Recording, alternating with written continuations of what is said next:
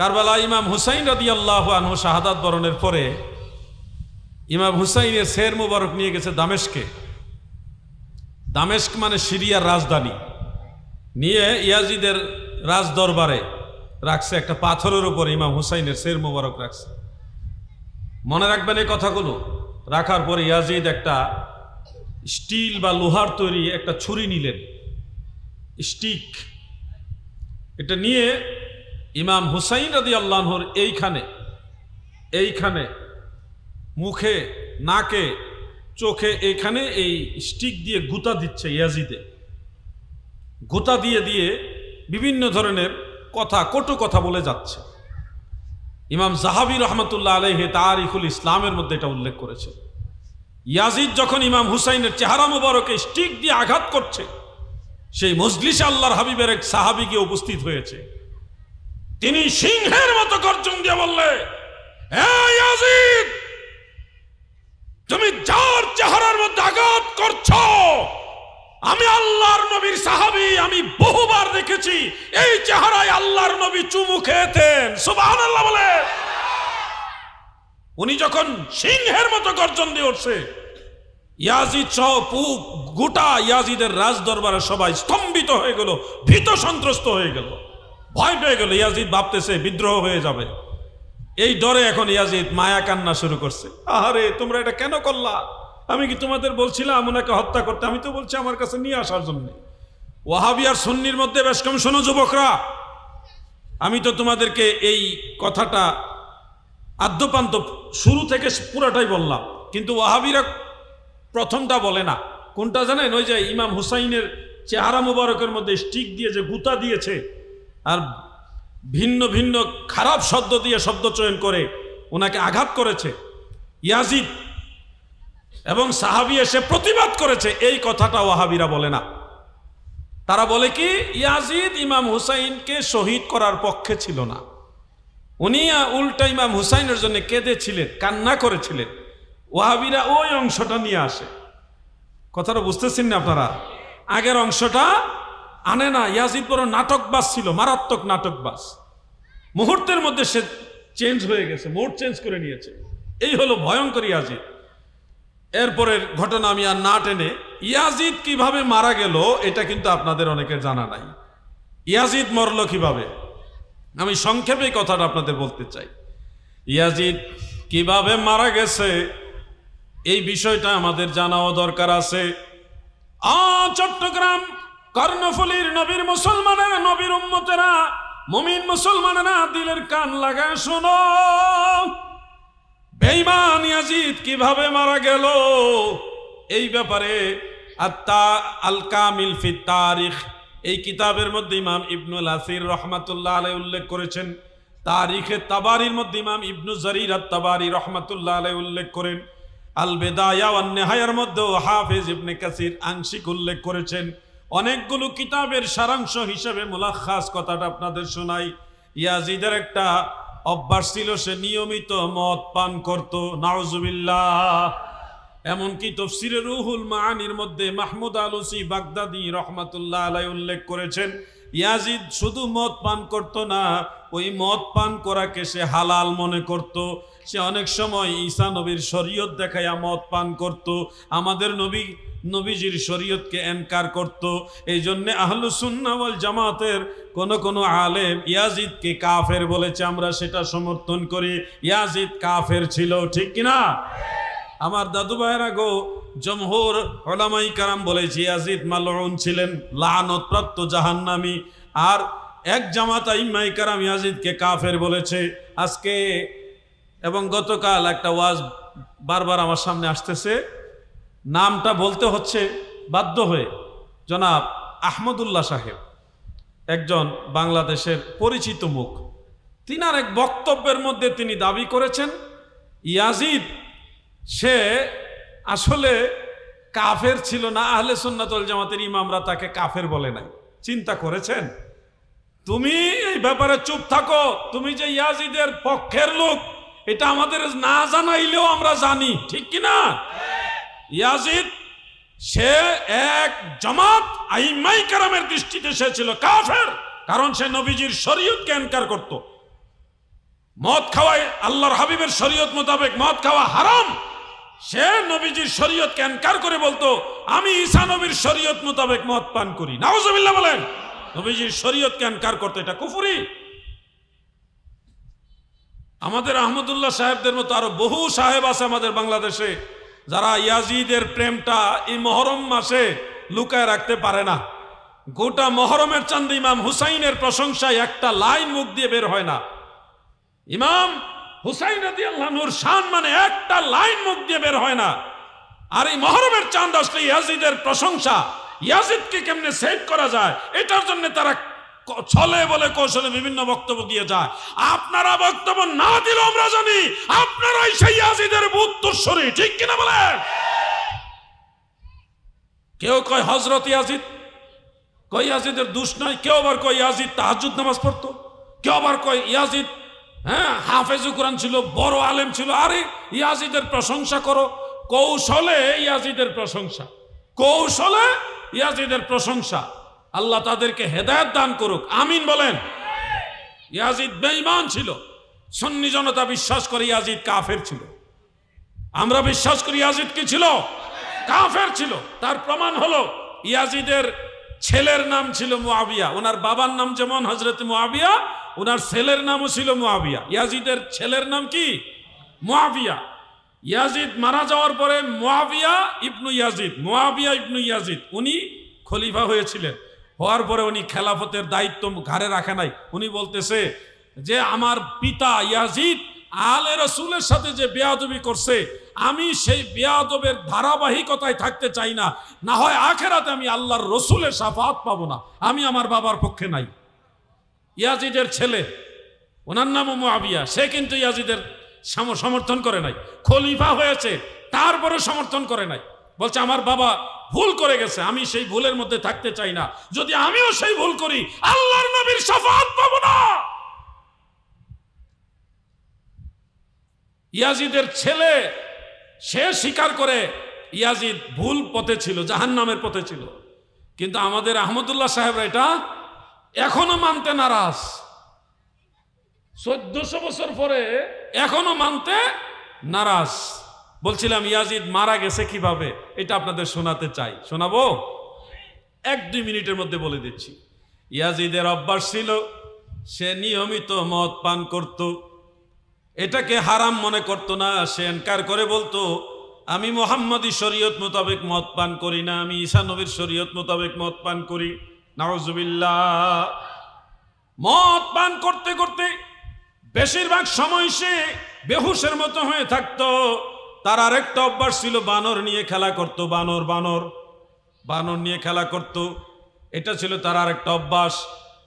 কয়েকটা কিতাবের মধ্যে দেখলাম আল কামিল ফি তারিখ ইবনুল আসির রহমাতুল্লাহ আলাইহির, আল বেদায়া ওয়ান নিহায়ার মধ্যে ইবনু কাসির আংশিক উল্লেখ করেছেন, তারিখে তাবারির মধ্যে উল্লেখ রয়েছে ইয়াজিদ সে চরিত্রগতভাবেও ভালো ছিল না, ক্যারেক্টারলেস ছিল। কথা বুঝতে পারছেন? সে খুব বাজে চরিত্রের লোক ছিল। এক মেয়ের সাথে তার সম্পর্ক হলো, ওই মেয়ে হলো কৌশলী, খেয়াল করে শুনবেন। মেয়ে ছিল ইমাম হুসাইনের পক্ষে, ইমাম হুসাইন রাদিয়াল্লাহু আনহুর পক্ষে, কিন্তু ইয়াজিদ এই মেয়েকে পছন্দ করছে। এখন ওই মেয়ে কি করছে? ইয়াজিদের কুপ্রস্তাবে রাজি হয়েছে। ঠিক আছে, আপনি অমুক জায়গায় আসেন। ইয়াজিদ ঘোড়ায় সাওয়ার হয়ে মদের বোতল লইয়ে বানর সহকারে লইয়া ওইখানে রওনা দিছে, যেখানে যাওয়ার জন্য বলছে। এটা হলো শাম দেশে। কোন দেশে? শাম দেশে ঘটনাটা।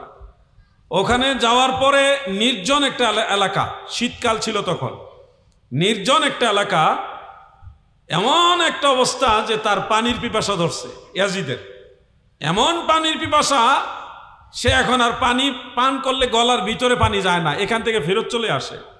তারপরে ওই মেয়ের সাথে খারাপ কাজ করার জন্য যাইতেছে, ঠেকে না, পানি গলা দেওয়া যায় না, আবার ওখানে যাইতেছে। মদ পান করতে চাচ্ছে পানির পিপাসা মিটাইবার জন্য, তাও কাজ হয় না, পেটের ভিতরে কোনো পানি ঢুকে না।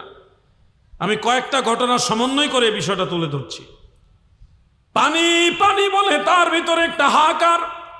তা সত্ত্বেও ইয়াজিদ ওইখানে যাচ্ছে। ওইখানে যখন গিয়ে পৌঁছলো, সুন্দরী রূপসী তন্নি সেই নারী বড় কৌশল করে তাকে আলাদা একত্রে একাকী নিয়েছে। নেওয়ার পরে মদ পান করাইছে, পান করাইবার জন্য মানে নেশাগ্রস্ত করাইছে। আল্লাহর কি দয়া দেখেন, সে একটু নেশাগ্রস্ত হওয়ার পরে মহিলা তার হাতের অস্ত্র দিয়া তাকে ইয়াজিদকে ওখানে কতল করছে। কতল করে ওইখানেই মাটির নিচে চাপা দিয়েছে। এটা একটা ঘটনা। অন্যান্য সূত্র আছে। ওইখানে চাপা দেওয়ার পরে ইয়াজিদের লোকের এখন ইয়াজিদরে খুঁজে পায় না, না পাইতে পাইতে খুঁজা ওই এখানে গিয়ে লাশ পাইছে। পাওয়ার পরে এই লাশ ওইখান থেকে তুইলাই না দামেস্কের একটা বড় কবরস্থান আছে, আমি সে কবরস্থানে গেছি। সেখানে হযরত বেলাল রাদিয়াল্লাহু আনহুর মাজার আছে। ওই কবরস্থানে ইয়াজিদরে না দাফন করছে। মানুষ যখন শুনছে এটা ইয়াজিদের কবর, তখন মানুষ সকালে বিকালে দুপুরে সন্ধ্যায় রাত্রে যখন সুযোগ পায়, অবসর পাইলে ইয়াজিদের কবরের কাছে যায় একটা থুতু দেয় আর একটা জুতার বাড়ি মারে। ইমাম হুসাইনের হত্যাকারী আওলাদে রাসূলের গলায় যে ছুরি চালাইছে, তার কবরের মধ্যে থুতু দেয় আর নাইলে জুতা দিয়া বাড়ি দেয়। এটা নিয়মিত একটা মানে সিরিয়ার মুসলমানদের একটা অভ্যাস হয়ে গেছে। এমন অবস্থা যে থুতু আর জুতার স্তূপ হয়ে গেছে। তখন চিন্তা করলো কবরস্থানের যে কর্তৃপক্ষ, তারা চতুর্দিকে একটা ওয়াল বানাই দিব যেন জুতা না মারতে পারে। ওয়াল বানাইতে গিয়া এমন কি আল্লাহর দয়া দেখেন, ওইখানে লেগে গেছে আগুন। ওয়াল বানাইতে গেছে ইয়াজিদের কবরের চতুর্দিকে, লেগে গেছে কি আগুন লাইগা। এখন এই কবরস্থানের ইয়াজিদের কবরস্থানের কবরের লাশ শুদ্ধ আগুন দিয়ে ফুইয়া অলৌকিক ভাবে কেউ ধারো যে মানে কই ঠিক আছে আগুন আইলো, একবারে ভস্ম করে দিয়েছে। ইয়াজিদের অবস্থা ওখানে শেষ। এরপরে ওই হাড্ডি যেগুলি ছিল আগুনে পুরার পরে অবশিষ্ট যে এগুলি নিয়ে এই কবরস্থান থেকে বের করছে, কারণ এখানে অনেক সাহাবী শুয়ে আছে, নবীর 2 জন স্ত্রী শুয়ে আছে এখানে। এখান থেকে বের করে নিয়ে ইয়াজিদরে একটা অজ্ঞাত স্থানে ওই হাড্ডিগুলি নিয়ে করছে, দাফন করছে। এই হলো ইয়াজিদের মৃত্যুর বা মারা যাওয়ার একটা ইতিহাস। ঐতিহাসিকভাবে আরো ভিন্ন ভিন্ন কিছু ঘটনাও আছে, আমি সেগুলি টানলাম না। আমার কাছে মনে হয়েছে এটাই লজিক্যাল একটা ঘটনা। আহলে রাসূলের বিরুদ্ধে যারা দাঁড়াইছে তাদের শেষ ফলাফল ভালো হয়নি। আল্লাহ তাআলা আমাদের সবাইকে আহলে বাইতে রাসূলের পক্ষে থাকার তৌফিক দেন। সবাই বলেন আমিন, মহব্বতে বলেন আমিন। 12:30টার উপরে বেজে গেছে। আমি আর আলোচনা দীর্ঘায়িত করছি না, যেহেতু বেশ কয়েকটা প্রশ্ন আছে আমি দেখছি, এগুলো তো একটু সময় লাগবে। আবার রাত্রের ভিতরে ঢাকায় ব্যাক করতে হবে, আমার আবার ড্রাইভার নাই। আপনারা যে মহব্বত নিয়ে বসছেন, এটা সারা রাতের ওয়াজের মজলিস, এই 1-2 ঘন্টা ওয়াজের মজলিস না। এটা সারা রাত ওয়াজ করলেও উঠতে মনে চাইব না, আমারই উঠতে মনে চাইব না। আর আপনারা কি, আপনাদের মহব্বতে আমি মুগ্ধ হয়েছি, বিমোহিত হয়েছি। আল্লাহ আমাদের হাজিরা কবুল করুক। আল্লাহ আল্লাহ আল্লাহ আল্লাহ, সবাই সবাই জোরে আল্লাহ আল্লাহ আল্লাহ, মারহাবা আল্লাহ আল্লাহ আল্লাহ আল্লাহ আল্লাহ। দেখছেন কত সুন্দর জিকির করে। আল্লাহ আল্লাহ আল্লাহ আল্লাহ আল্লাহ আল্লাহ আল্লাহ।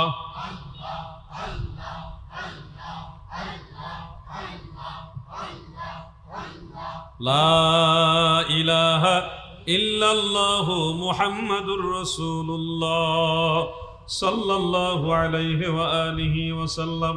আমার লেখা 2টা বই আছে, আপনারা এই বইটা প্রত্যেকে নেবেন। একটা ছোট বই, মুমিনের নেক আমল। আপনার দৈনন্দিন জীবনে কি কি আমল করবেন, ফজরের সময় কি আমল, জোহরের সময় কি আমল, আসর মাগরিবের সময় কি আমল, এশারের সময় কোন আমল। ছোট ছোট তসবিহ আছে যেগুলির অনেক বড় ফজিলত, অনেক বেশি সওয়াব। এই ছোট্ট বইটা প্রত্যেকের প্রয়োজন। আপনি, আপনার স্ত্রী, আপনার ছেলে মেয়ে, পরিবারের সবার জন্য বইটা লাগবে। এটা মাত্র 60 টাকা। প্রত্যেকের ফ্যামিলিতে বইটা নেন, 1 পৃষ্ঠা করে হলেও প্রতিদিন পড়বেন, দেখবেন নতুন কিছু জানতে পারবেন। অনেক ব্যতিক্রম ধর্মী নেক আমল এটার ভিতরে আছে। 60 টাকা সংগ্রহ করে নেন। আর একটা বড় বই আছে, প্রিয় নবীজির সালাত, নামাজ, আজান, একামত,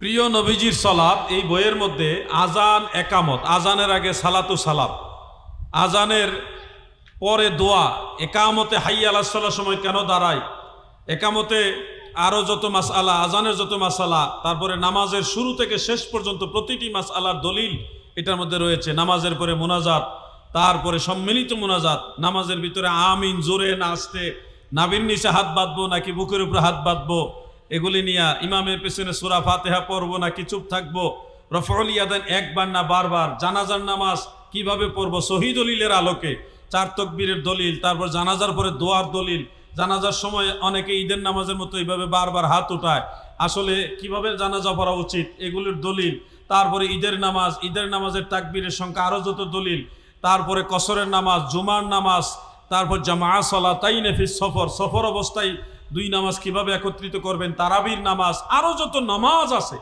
নামাজের বিস্তারিত দলিল এই বইটার মধ্যে একসাথে পেয়ে যাবেন।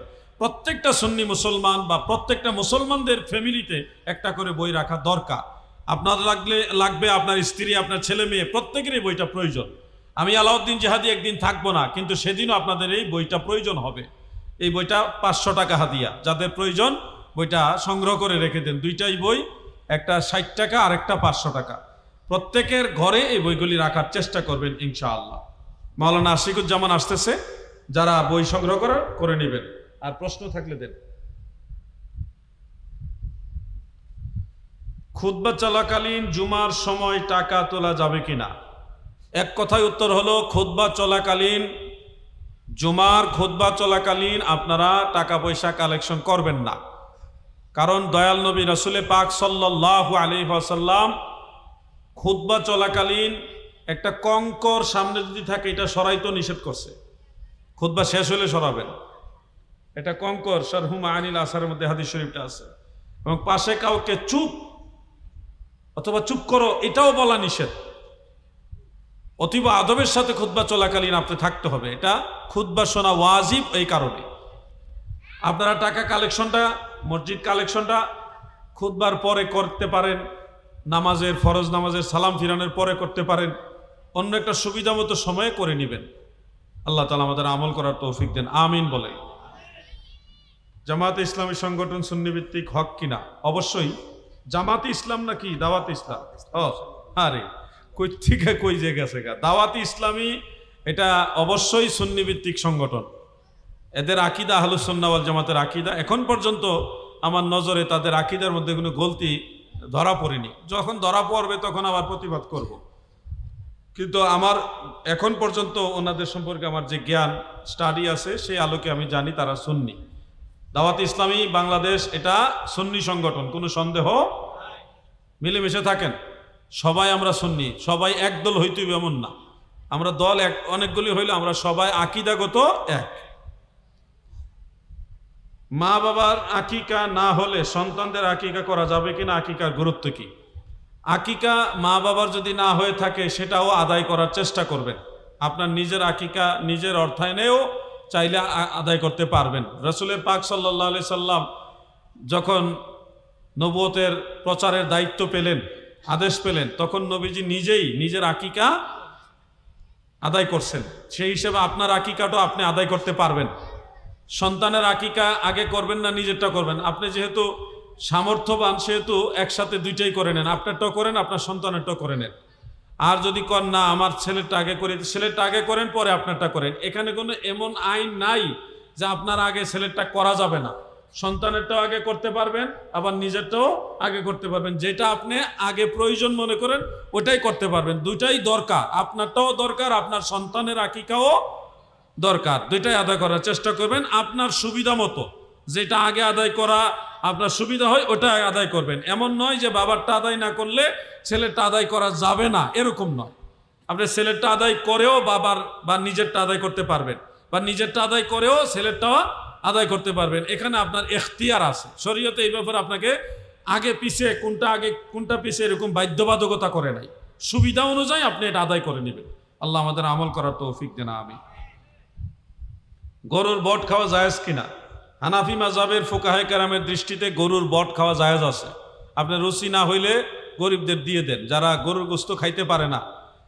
মনে করেন আপনি তো মাসে 2-1 বার খান, অনেক গরিব মানুষ আছে বছরে 2-1 বারও খাইতে পারে না। আপনি বট না খাইতে পারলে এই বটটা গরিবদের দিয়ে দেন, তারা ভালো মতো পরিষ্কার পরিচ্ছন্ন করে এই বটটা খেতে পারবে। এটা হানাফি মাযহাবের দৃষ্টিতে জায়েজ আছে। মনে রাখবেন কে জায়েজ বলছে, আমি দুই একজনের নাম বলে দিই। ইমামে আজম আবু হানিফা রহমাতুল্লাহ আলাই এবং ইমাম আবুল হাসান কারখি রহমাতুল্লাহ আলাই, এরকম বড় বড় হানাফি মাযহাবের মুস্তাহিদ যারা, তারা বলেছে এই বট, গরুর ভোড়ল বা উজরি, এটাকে তৎকালীন সময়ে গরুর গোস্তের সাথে মিক্স করে বিক্রি করা হতো এবং এটা মানুষ গরুর গোস্ত যেমন হালাল হিসেবে খাইতো, বটটাকেও হালাল হিসেবে খাইতো। তার মানে এটা নাজায়েজ তো দূরের কথা, ওই সময় মানুষ গরুর গোস্ত যেমন হালাল মনে করে খাইতো, বটও ওইভাবে হালাল মনে করে খাইতো। হ্যাঁ, হানাফি মাযহাবের আরেক জামাত ফুকাহা যেমন ইমাম বদরুদ্দিন আইনি রহমাতুল্লাহ আলাই, উনি বলেছেন এবং অন্যান্য ফুকাহারা তিনারা বলেছেন এটা গোস্তের অন্তর্ভুক্ত না, কিন্তু হারাম না। কেউ কেউ বলছে এটা লহম মানে গোস্তের অন্তর্ভুক্ত, আর কেউ কেউ বলছে এটা গোস্তের অন্তর্ভুক্ত না, কিন্তু দুই পক্ষেই একমত যে এটা জায়েজ আছে, খাবার জায়েজ আছে। এটা হানাফি মাযহাবের ফাইসালা। মনে রাখবেন ভাই, আপনারা অনেক ক্ষেত্রে গরুর গোস্তের সাথে চর্বি খান না? কি কথা কন না কেন? ইচ্ছাই হোক অনিচ্ছাই হোক, জেনে হোক না বুঝে হোক বা বুঝেই হোক, আপনারা গোস্তের সাথে চর্বি খান। এটা যেমন ঠিক ওইটাও সেম, একই মাসালা। আপনি যদি গরুর গোস্তের সাথে বটও খান তাহলে একই সেম মাসালা। হ্যাঁ, আলা হযরত আজিমুল বারাকাত ইমাম আহমদ রেজা খান ফাজিল বেরলভী রহমতুল্লাহ আলাই, তিনি এই ব্যাপারে মাসআলা দিয়েছেন যে গরুর বট খাওয়া মাকরুহ। এখন কেউ যদি মনে করেন যে আমি আলা হজরতের ফতোয়া মানবো, ওকে, আপনি আলা হজরতের ফতোয়া মেনে আপনি এটা খাবেন না, এটা মাকরুহ হিসেবে খাইয়েন না, কিন্তু এটা ফেলে দেওয়ার চেয়ে একজন গরিব মানুষের দিয়া দেন না। আপনি আলা হজরতের ফতোয়া মাইন্না নিজে খাইয়েন না, কিন্তু আরেকজনকে দিয়ে দেন, ওই ব্যক্তি হানাফি মাযহাবের ওই ইমামদের ফতোয়া মোতাবেক খাক। দুইটা ফতোয়াই মানেন। কথা বুঝতে পারছেন নি? আপনি ধনী মানুষ, আপনি অ্যাভেলেবেল গুস্তও খাইতে পারেন, আপনি আলা হজরতের ফতোয়া মানেন, আপনি এটা খাইয়েন না। মূলত আমরা হানাফি মাযহাবের অনুসারীরা সারা দেশে না সারা ওয়ার্ল্ডে এটাকে হালাল মনে করে।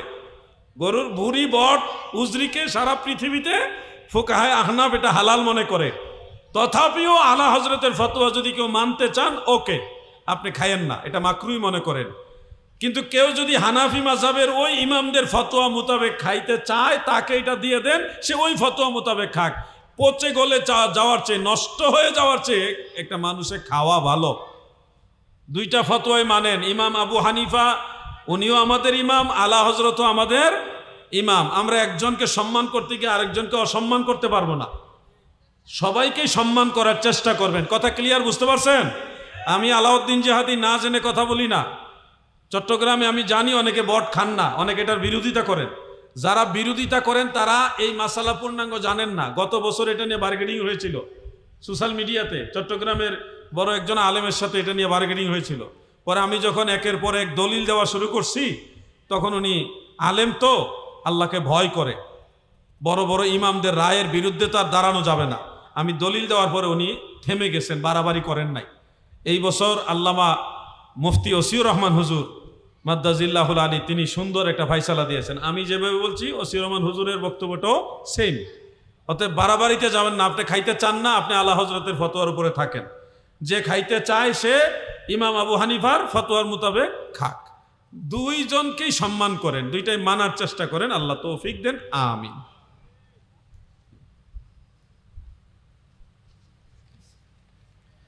আমাদের এখানে কেউ মারা গেলে 40টার সময় ওই মৃত ব্যক্তির সম্মান যা থাকে, মানে ছেলে সন্তান 3 জন হলে 37 দিনে বের করে দেয়। সঠিক নিয়ম কোনটি? 37 দিনে কি বের করে দেয়? ও শুনেন, 40 জিয়াফত এটা করার জন্যে ছেলে 3 জন হইলে 37 নম্বর দিনে 40 জিয়াফত করতে হবে, এরকম কোনো বিধান ইসলামী শরীয়তে নাই। আপনাদের যেদিন সুবিধা, 40 দিনের সুবিধা হলে 40 দিনে করতে পারবেন। আপনাদের সুবিধা যদি 37তম দিনে হয়, ওই দিন করতে পারবেন। আপনাদের সুবিধা 39তম দিনে, ওই দিন করতে পারবেন। নির্দিষ্ট 40তম দিনেই করতে হবে এমন কোনো বাধ্যবাধকতা নাই। আপনি 40 নম্বর দিনেও করতে পারবেন, জায়েজ আছে, কিন্তু ওই দিন ছাড়া করা যাবে না, এই চিন্তা করা যাবে না। আপনাদের যেদিন সুবিধা ওই দিনই জিয়াফত করবেন, দোয়া মাহফিল করবেন, ইসালে সব মাহফিল করবেন। কথা ক্লিয়ার, বুঝতে পারছেন? আল্লাহ তাআলা আমাদের আমল করার তৌফিক দেন, আমিন। সংক্ষেপে। আমারে যদি মেহেরবানি করে আরো আধা ঘন্টা 1 ঘন্টা আগে মাইক দিতেন তাহলে আমি একটু বেশি ওয়াজ করতে পারতাম, কিন্তু আমার ভাইয়েরাও আলোচনা করতে হয়। আমি দেখলাম আমার ভাইজান বেশিক্ষণ আলোচনার টাইম পায় নাই। আমি মঞ্চে আইসাই ওনাকে কানে কানে বলে দিলাম, ভাইজান আপনি আরেকটু আলোচনা করেন, কারণ এক আলেম আর এক আলেমের দরদ বুঝতে হবে, তাই না? তো আমি স্পষ্ট বলছি না ভাই আপনি আরেকটু আলোচনা করেন, আমি বসতেছি। তো ভাই একটু আলোচনা করছে, আবার ওনার আগেও আরো 2 জন আলোচনা করছে। সবাই মিলে মিশে চলতে হয়, কিন্তু আমরা যারা দূরের থেকে আসি আমরা বড় বিপদে পড়ে যাই। আমরা তো এখানে আত্মীয় স্বজনও নাই, বাড়ি ঘরও নাই, কি করব? কারো বাড়িতে থাকতে যে যাব তাও কোনো সিস্টেম নাই, আত্মীয় নাই, হয় হোটেলে থাকতে হবে নাইলে ঢাকা যাইতে হবে, বাড়ি উপায় নাই। এই জন্য আমাদের সময়ের দিকে একটু খেয়াল রাখতে হয়। আসসালামু আলাইকুম ওয়া রাহমাতুল্লাহ। সবাই উত্তর দেন। আমাদের দেশে বর্তমানে কালো জাদুর প্রভাব বেশি পড়েছে। এই কালো জাদুর সাথে লিপ্ত ব্যক্তির শাস্তি কি এবং এ থেকে নিজেকে আত্মরক্ষার উপায় কি? কালো জাদু সম্পর্কে আমি আপনাদেরকে আরেকটা বিষয় বলি। অনেক মৌলবীরা কালো জাদুর ব্যবসা করতেছে। আপনি গেলে সাধারণ একটু অসুস্থতা, অস্বস্তি এগুলি বললে সে আপনাকে বিভিন্ন ওই যে রাক্কল্লা, ওই যে একটা কবিরাজ বাড়ি ছিল না, এরকম যে একটা লোক বিভিন্ন ধরনের কথা বললে এগুলি তার জীবনের সাথে মিলে যায়, এরকম কিছু কথা ওই কবিরাজ মার্কা কিছু মৌলবী আছে তারা বললে দেখা যায় আপনার জীবনের সাথে এগুলি ম্যাচিং হয়। তখন কয় এটা কালো জাদু, আপনি তাবিজ নিতে হইব। মূলত তার উদ্দেশ্য হলো তাবিজ ব্যবসা করা। কথাটা বুঝছেন নি? অরিজিনাল কোনো কালো জাদু টাদু না। কালো জাদু মারাত্মক জিনিস, কিন্তু বেশিরভাগ ক্ষেত্রে কিছু মৌলবী কালো জাদুর ভয় দেখাইয়া এখন মনে করেন ব্যবসা চালাইতেছে, তাদের ব্যবসা বড় তুঙ্গে। এই জন্য আপনারা সাধারণ বিষয় নিয়ে কালো জাদু মনে করেন না। আমি 2টা দোয়া শিখাই দিই। কালো জাদু অথবা কোনো ধরনের জাদু যদি হয়, আপনার এই জাদু থেকে আল্লাহ পাকের দয়ায়, আল্লাহর কুওতে সেফ থাকতে পারবেন। ছোট ছোট 2টা দোয়া পারবেন না ইনশাল্লাহ বললে? আয়াতুল কুরসি পারেন? যারা পারেন আলহামদুলিল্লাহ, যারা পারেন না ফ্যামিলির হয়তো কেউ না কেউ পারে। যদি আপনি এরকম অস্বস্তি মনে করেন, যে অসুস্থ মনে হচ্ছে, জাদুর প্রভাবের মতো মনে হচ্ছে, তাহলে আপনি আয়াতুল কুরসি পড়বেন 11 বার। কয়বার? 11 বার পড়া একটু পানির মধ্যে ফু দিবেন। মনে রাখবেন এই কথাগুলো। পানির মধ্যে ফু দিয়ে আপনি সেই পানিটা নিজে পান করবেন এবং শরীরের মধ্যে হালকা হালকা করে মালিশ করে দিবেন। বেশি পানি নিয়েন না, পান করার পরে অল্প একটু পানি সারা শরীরে এটা মালিশ করে দিবেন। এইভাবে একটানা 7 দিন করবেন। কয়দিন? 7 দিন করবেন। কালো জাদুর উফরেটটা থাকলেও ভাগবো। কি কইছি কন? কি পড়া লাগবো? কতবার পড়া লাগবো? ওইটা কি করা লাগবো? পানিতে ফু দিতে হবে, তখন এটাই ওষুধ হয়ে যাবে। কোরআনের পাওয়ার, এটা কোরআনের পাওয়ার, মনে রাখবেন। কেউ যদি মনে করেন না আমি 11 বার পড়ব না, 3 বার করে পড়লেও হবে, কিন্তু আপনি 11 বার পড়বেন, অ্যাকশন বেশি হবে, তাড়াতাড়ি এটার ফল পাবেন। এটা একটা। আর যদি আপনি আয়াতুল কুরসি না পারেন তাহলে সূরা ফালাক এবং সূরা নাস পারেন। সূরা ফালাক এবং সূরা নাস, এই 2টা সূরা আপনি একবার করে পড়তে পারেন। আপনি চাইলে একটু বেশিও পড়তে পারেন, 3 বার করে পড়তে পারেন। আপনি চাইলে 7 বার করে পড়তে পারেন। যত বেশি বার পড়বেন, বেজুরবার করে পড়বেন, তত এটার অ্যাকশন বেশি হবে। কোরআনের ওষুধ, এটা আল্লাহ শিখাইছে, দয়াল নবী শিখাই গেছে। কোরআনের আয়াত, কোরআনের সূরা ফালাক এবং সূরা নাস 3 বার করে পড়া পানিতে ফু দিবেন, দিয়ে এই পানিটা পানও করবেন এবং শরীরে মালিশ করবেন। 2টা পদ্ধতি বলে গেলাম, মনে থাকবো? কালো জাদুর বাবা থাকলেও বিদায় নিতে বাধ্য হবে। আমার দাদা পীর দস্তগীর আল্লামা সৈয়দ আবেদ শাহ আল মাদানী রহমাতুল্লাহ আলাইহি, উনি ছিলেন শাইখুস সাকালাইন। শাইখুস সাকালাইন মানে মানুষেরও উস্তাদ, জিনেরও উস্তাদ। উনি মানুষকে যেমন ক্লাস করাইতেন, পড়াইতেন, জিনদেরকেও ক্লাস করাইতেন। ওনার দরবারে একটা মাদ্রাসা আছে, এখনো সে বিল্ডিংটা আছে, ওখানে হুজুরে জিনদেরকে ক্লাস করাইতেন, তাদের পরীক্ষা নিতেন এবং তাদেরকে সার্টিফিকেট দিতেন পরীক্ষা পাশ করলে। এজন্য ওনাকে শাইখুস সাকালাইন বলে। যদি বেশি বেগতিক দেখেন, জিনের তাসির মসির মনে করেন, তাহলে আপনারা একটা দোয়া আছে, দোয়াটা পড়া শাইখুস সাকালাইনের নামটা আপনারা উচ্চারণ করে যদি শরীরে ফু দেন, তাহলে জিনের প্রভাব থাকলেও এটা দূর হয়ে যাবে। এগুলি পরীক্ষিত আমল। আল্লাহ আমাদেরকে হকের পথে থাকার তৌফিক দেন, আমিন। একসাথে দুইটা দরকার নেই, যে কোনো একটা আমল করলেই হবে। দেখা গেছে নাপা ট্যাবলেটও খাইলেন, আবার এইচ ট্যাবলেটও খাইলেন, কথা বুঝছেন নি? দরকার নাই, একটা যে কোনো একটা আমল করলে এনাফ, যথেষ্ট। নাপা খাইলেই তো জ্বরের জন্য উপকার, এটার লগে আবার অন্য ট্যাবলেট খাওয়া দরকার আছে? একটাই আমল করবেন। এমন নয় যে দুইটা একসাথে পড়লে বেশি তাড়াতাড়ি নয়, একটা মেডিসিন আল্লাহ তো দুটি আল্লাহর দেওয়া কোরআনের মেডিসিন, যে কোনো একটা শরীরে আপনি প্রয়োগ করেন। আরে প্রশ্ন, আমাদের মসজিদে প্রতি ঈদের নামাজে তকবীর 60টি দেওয়া হয়, কিন্তু নামাজ তো 6 তকবীরে হওয়ার কথা, এতে নামাজের কোনো ক্ষতি হবে কিনা? 6 তকবীর অতিরিক্ত 6 তকবীরই তো এটা হানাফি মাযহাব মোতাবেক বিশুদ্ধ হাদিস মোতাবেক প্রমাণিত। কারণ 7 তকবীর বলতে এটা আমাকে বুঝতে হবে, লামাযহাবীরা একটা নিয়ম পরে, প্রথম তাকবীরে 7, প্রথম রাকাতে 7 তাকবীর, দ্বিতীয় রাকাতে 5 তাকবীর, টোটাল 12 তাকবীর মারে তারা অতিরিক্ত। আর আমাদের হানাফি মাযহাবে প্রথম রাকাতে 3টা অতিরিক্ত, দ্বিতীয় রাকাতে 3টা, টোটাল হলো 6টা অতিরিক্ত তাকবীর। এটাই হলো বিশুদ্ধ হাদিস, শারহু মাআনিল আসারের মধ্যে সহিহ হাদিস আছে। এটা ভুলে মনে হয় উনি এই 6টার জায়গা 7টা দিয়ে লাইছে, এটা অসুবিধা নাই, ওনাকে সংশোধন করাই দিবেন, সংশোধন করাই দিবেন। এখন এক্ষেত্রে তাকবীর বলাটার হুকুম কি? ঈদের নামাজে তাকবীর বলা ওয়াজিব, অতিরিক্ত তাকবীরগুলি কি বলেন না, কি ওয়াজিব। অনিচ্ছাকৃত কোনো ওয়াজিব যদি তরক হয় তাহলে সেজদায়ে সাহু দিতে হয়। যদি সেজদায়ে সাহু দিয়ে থাকে তাহলে নামাজ হয়ে যাবে, আর না দিয়ে থাকলে নামাজ দোহরাইতে হবে। এটা হলো ওয়াজিবের মাসআলা। ঈদের নামাজের 6 তাকবীর কি ওয়াজিব না? মনে রাখবেন এটা।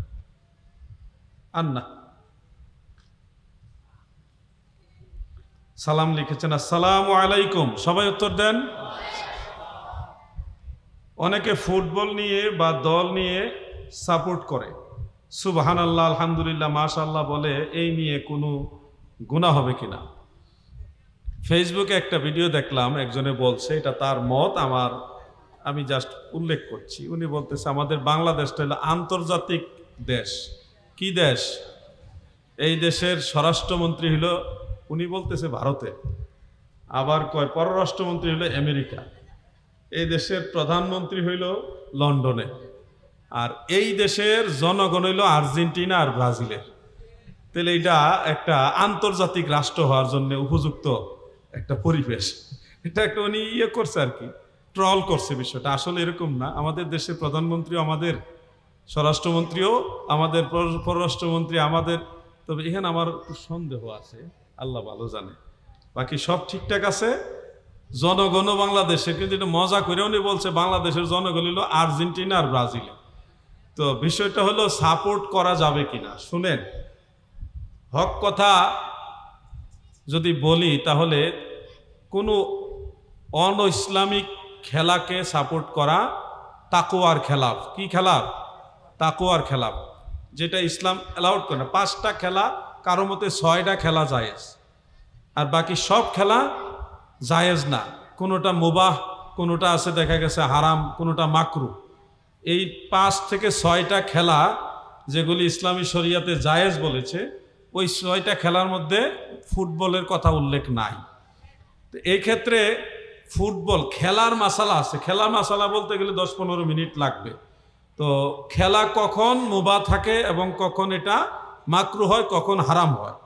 যদি কোনো খেলাকে কেন্দ্র করে কোনো ধরনের অর্থনৈতিক লেনদেন, যে জিততে পারলে এই পুরস্কার, এই ধরনের কোনো সিচুয়েশন আসে, তখন ওই কোনো বৈধ খেলা, মুবাহ খেলাও এটা আর মুবাহ থাকে না, এটা মাকরু হয়ে যায়, অবস্থা ভেদে হারাম হয়ে যায়।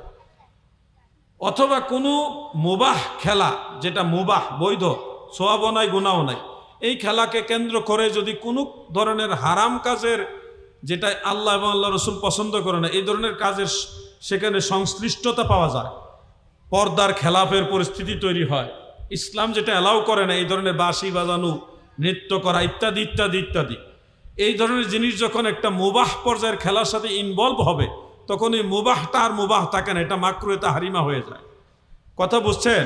অনেক খেলা আছে মুবাহ, বৈধ, আপনি খেলতে পারবেন। শরীর চর্চার জন্য ফুটবল খেলা, কোনো প্রতিযোগিতা না, লটারি না, কোনো পুরস্কার যেটা লোভের আশা না, এখানে কোনো হাততালি, নাচানাচি, গান বাজনা, বেপরদার এই ইয়া নাই, এমনিতে শরীর চর্চা, শরীর সুস্থ থাকার জন্য আপনি ফুটবল খেলতেছেন, এটাকে ওলামায়ে কেরামের অনেকে মুবাহ বলছে, বৈধ। নিয়ে যদি জুয়ারি সিস্টেম হয়ে যায়, কোনো হারাম কাজের এখানে ইনভলভ আসে, তখন এটার হালাল থাকে না, মুবাহ থাকে না। এখন আমি যদিও সত্য মাসালা বলি, কিন্তু আপনারা যতই বাঙালি, ওই যে এই মাসালা আপনারা জীবনে মানতেন না, এটা আমি জানি না, শুনি আপনাদের মাসালা বলতেছি। সাপোর্ট করার দরকার কি? হঠাৎ চোখের সামনে একটা খেলা দেখছেন, দাঁড়া একটু দেখছেন, যান গা, এটা সাপোর্টের দরকার কি? একটু দেখে গেছেন গা, এটা পরিস্থিতি শিকার হয়ে দেখলেন, মানবিক অবস্থান থেকে দেখলেন, কোনো হারাম কাজে জড়িত হইেন না, হাততালি দিয়েন না, গান টান করেন না, লাফালাফি করেন না। অন্যরা শরীর চর্চা করতেছে, আপনার খেলাটা ভালো লাগে, দাঁড়ায় দেখলেন, বাস চলে গেলেন, এইটুকু সময়। কিন্তু এখানে আপনি কোনো গুনার কাজে আর জড়িত হবেন না, এই পর্যায়ে থাকেন। আর আমাদের দেশে যেটা হয়, আর্জেন্টিনার সাপোর্টার যারা ব্রাজিলকে 7 আপ দেখায়, ফিডাইয়া ব্রাজিল সাপোর্ট করে কেন? এই কারণে ফিটাইয়া এক লোকের জলাশয়ের মধ্যে ফেলাইছে।